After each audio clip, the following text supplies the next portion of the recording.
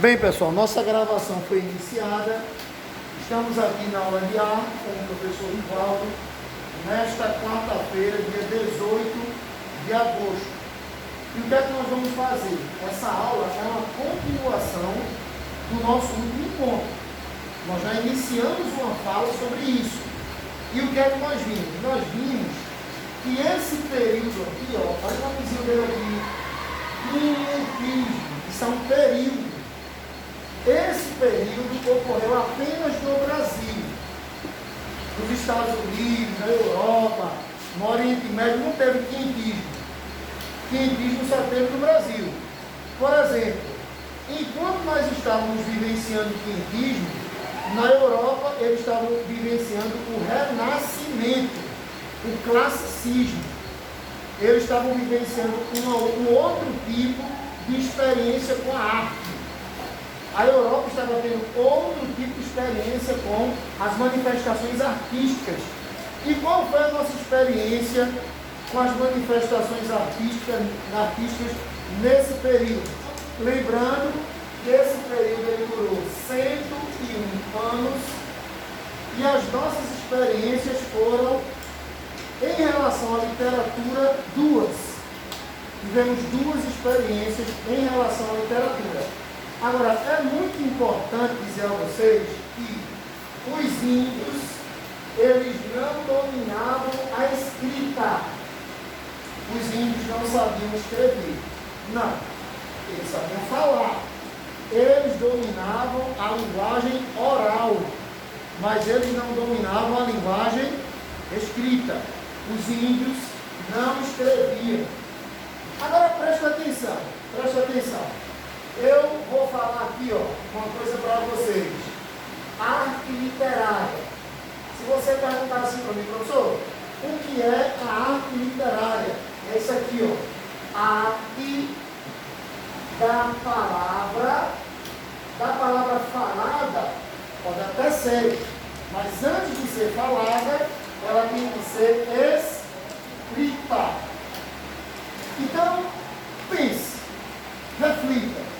Se o índio não sabia escrever, ele praticava a arte literária? Não, porque a arte literária, ela se inicia com a palavra que é escrita. A arte literária que nós chamamos de literatura. Ah, professor, então quer dizer que o índio, ele praticava outras artes, mas ele não praticava literatura, é verdade. Ele praticava dança, por exemplo, mas a literatura não.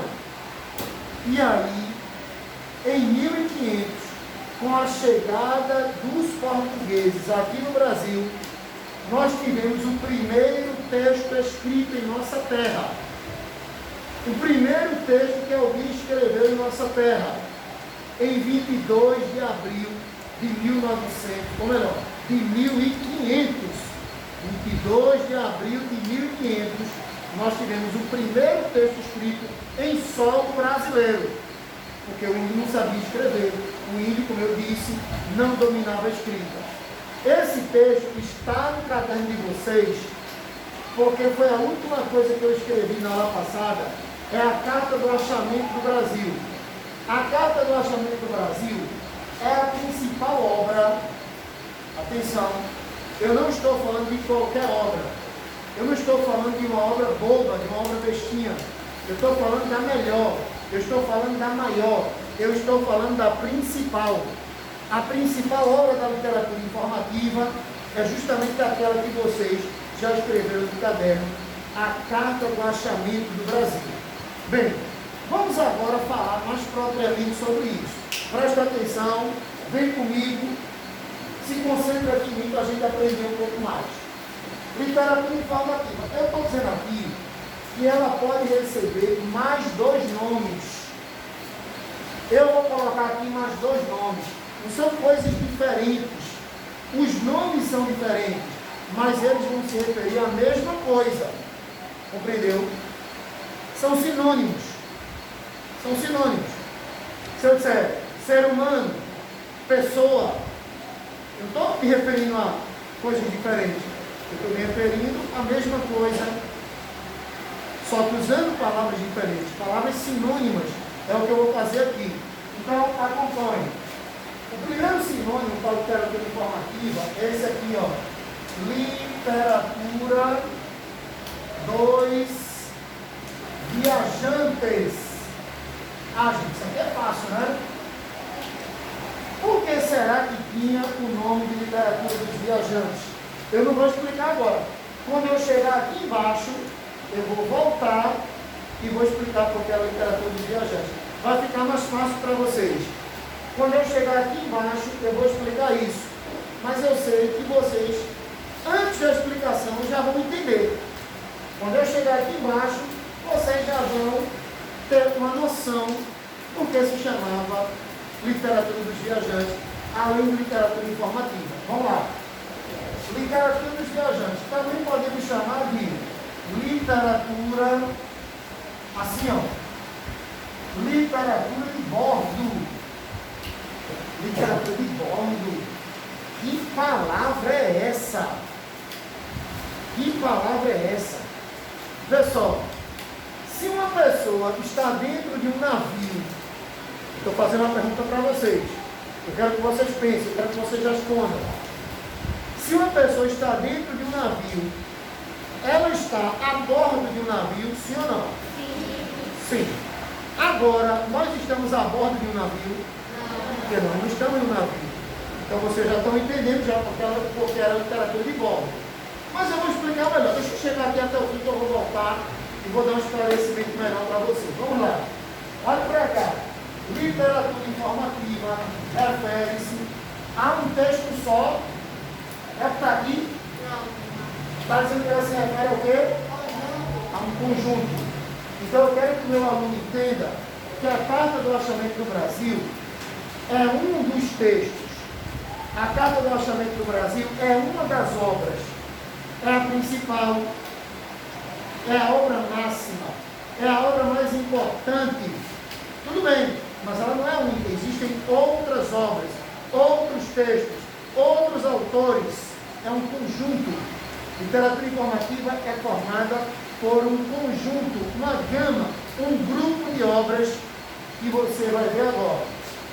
Literatura informativa refere-se a um conjunto de textos que descreviam a Terra recém-descoberta. Aí eu vou perguntar para vocês, que terra é essa? Como é o nome dela? Brasil. Eu já coloquei ali terra recém-descoberta de propósito, para perguntar a vocês. Sim, essa terra recém-descoberta, obviamente, é o nosso país. Essa terra recém-descoberta é o Brasil.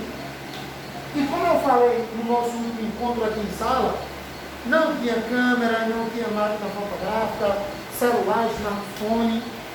Então, uma maneira que eles tinham para levar as informações e a galera lá ter uma ideia de como era essa terra nova, essa terra recém-descoberta, uma das maneiras era escrevendo, explicando através da escrita, descrevendo. Se eu encontro uma pessoa e eu vou falar para esse rapaz, eu vou contar para ele como é essa pessoa, eu vou fazer uma descrição. Eu vou dizer, olha, é um rapaz alto, forte, cabelo curto.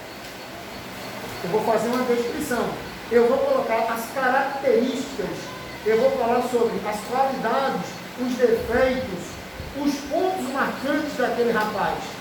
Ele vai ter uma noção. Mesma coisa eles fizeram. Descrever a terra recém-descoberta quer dizer falar sobre as características dos animais, as características das plantas, as características das paisagens, as características do clima, as características dos índios. Eles começaram a contar tudo que eles viam. Os escrivães que chegaram aqui, não só foi um, não só foi pelo mar de caminho, houve mais. Os escrivães que chegaram aqui em 22 de abril de 1500, eles começaram a relatar tudo. E durante esses 101 anos, outros caras vieram, outros caras escreveram. outros caras contaram através de textos porque eles encontraram aqui. Olha para cá. Esses textos exaltavam o nosso território. Eu pergunto, esses textos falavam bem ou falavam mal? Falavam bem. Eles descreviam o Brasil como se aqui fosse o verdadeiro paraíso. Eles descreviam o Brasil como se aqui fosse um lugar maravilhoso. Agora perceba, exaltavam o nosso território e serviam para incentivar os europeus a se interessarem a vir ocupar e colonizar o Brasil. Se eles contavam que o lugar era maravilhoso, se eles contavam que o lugar era lindo, se eles contavam que o lugar era extraordinário, algumas pessoas sentiam vontade, algumas pessoas se sentiam motivadas a deixarem a sua família e vir para cá ocupar e colonizar o Brasil. Aí eu pergunto, vocês iriam? Um lugar completamente desconhecido, vai de navio, o navio pode naufragar, aqueles navios antigos de madeira, não era esse navio moderno, não, tudo computador, GPS, tinha nada disso. Se não naufragar, vai chegar aqui depois de dias e dias, e para voltar para casa, é assim, fácil? Vocês achavam que tinha navio toda hora, indo e voltando. Quem quer ir, tem vaga. Então muitos vieram e aqui ficaram até morrer. Não voltaram para a sua terra natal, para a sua terra de origem. Vieram aventurando uma vida nova. Vieram aventurando uma melhoria de vida. Esses textos aqui da literatura informativa serviam para incentivar. Por que a literatura dos viajantes? Porque eram textos produzidos pelos caras que viajavam da Europa para o Brasil, de lá para cá. Por isso que a literatura dos viajantes. Normal, né? Tranquilo, né? Literatura dos viajantes, porque eram os textos produzidos pelos viajantes, os caras que viajavam do continente europeu para o Brasil. E por que a literatura de bordo? Porque os navios, e eu falei isso aqui, vocês acertaram, quem está no navio está a bordo. Eu perguntei, quem está no navio está a bordo? Vocês disseram sim. Nos navios, eles tinham o diário de bordo. O diário de bordo era uma espécie de documento, era uma espécie de caderneta, era uma espécie de agenda, era uma espécie de caderno. Eles tinham que registrar tudo o que ocorria durante a viagem. Saía do porto, até a chegada, até o retorno, eles iriam anotando. Eles estavam a bordo e eles faziam o diário de bordo. Quando eles encontravam um lugar, quando eles descobriam um lugar, quando eles chegavam a um lugar novo, eles anotavam tudo que eles viam no diário de bordo. É por isso que a literatura informativa também é chamada de literatura de bordo. Informativa, porque mandava informações sobre a nossa terra. Literatura dos viajantes, porque era feita pelos viajantes. E literatura de bordo, porque era uma literatura produzida nos diários de bordo, ou seja, as cadernetas de quem estava a bordo, de quem estava em uma embarcação. Alguma pergunta até agora, gente? Tem certeza? Nenhuma dúvida? Beleza, então vamos passar para cá. Deixa eu só tomar uma aguinha aqui, que a garganta já está toda seca.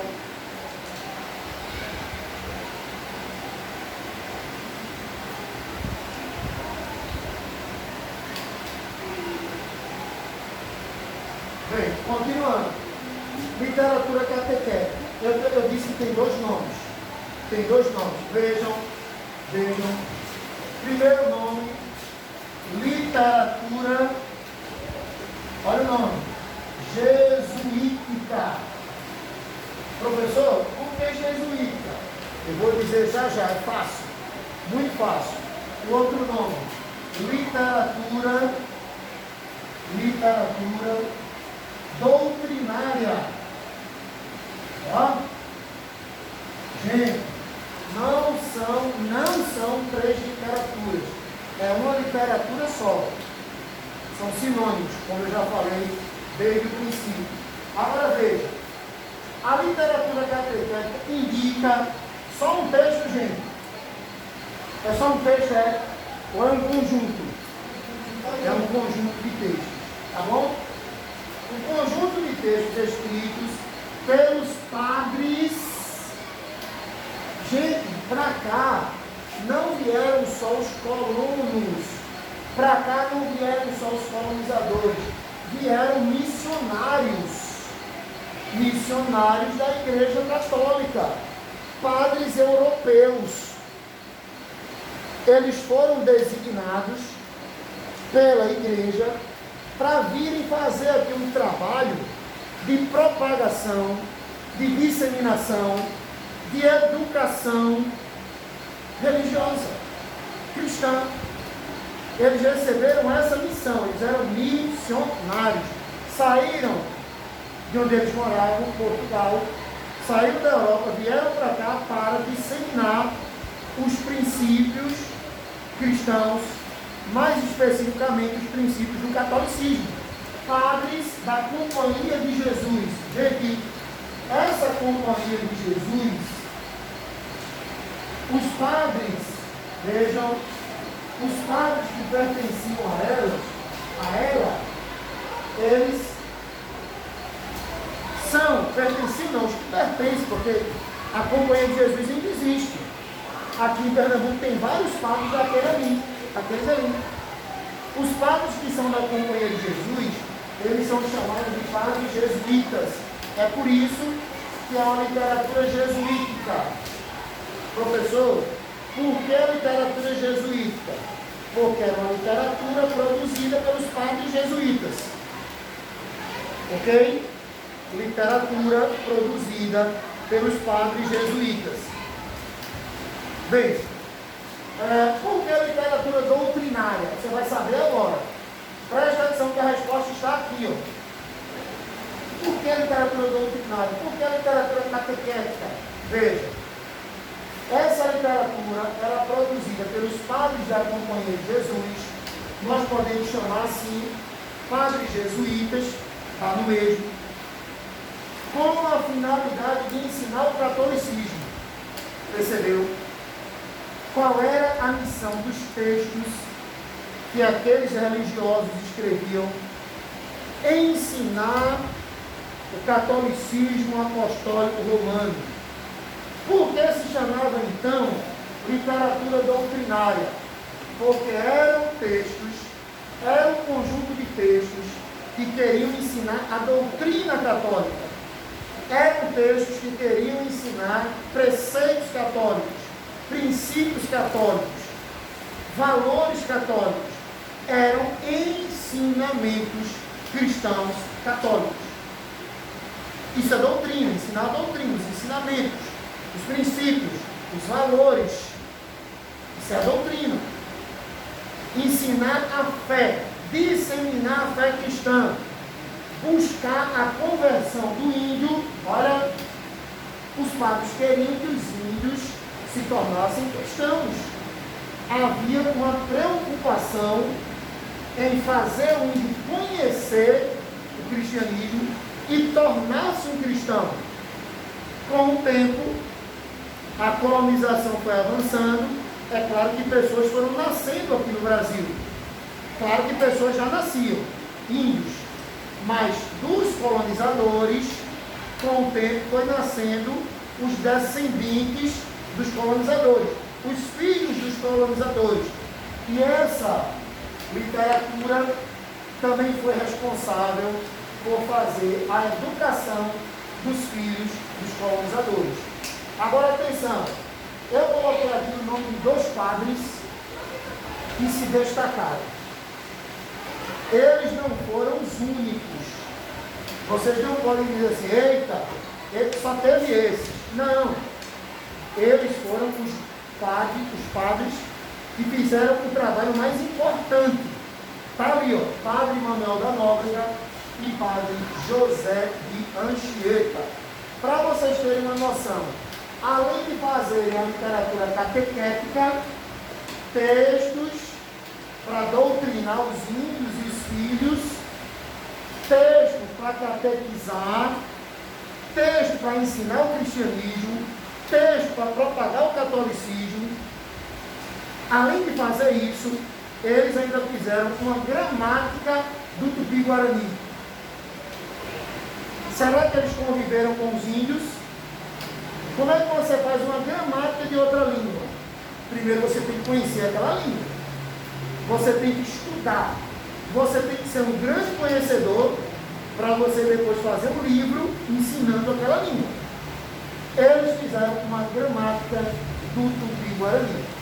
Além, é claro, de todo o trabalho com a literatura jesuítica, a literatura doutrinária, a literatura catequética.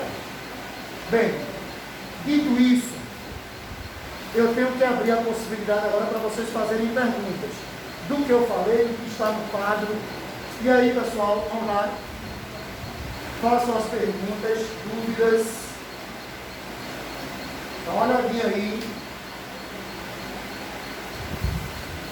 Tenho certeza que vocês têm alguma coisa para perguntar. Ou entenderam tudo? Entenderam tudo? Pergunta zero, dúvida zero. Tá bom, então se é assim, eu vou ficando por aqui e a gente vai aguardar um pouquinho o toque. Vou me despedindo do pessoal que está em casa, o pessoal que vai ver esse vídeo, desejando para todos vocês uma ótima quarta-feira e um término, né? Uma sequência de semana abençoada. Fiquem com Deus.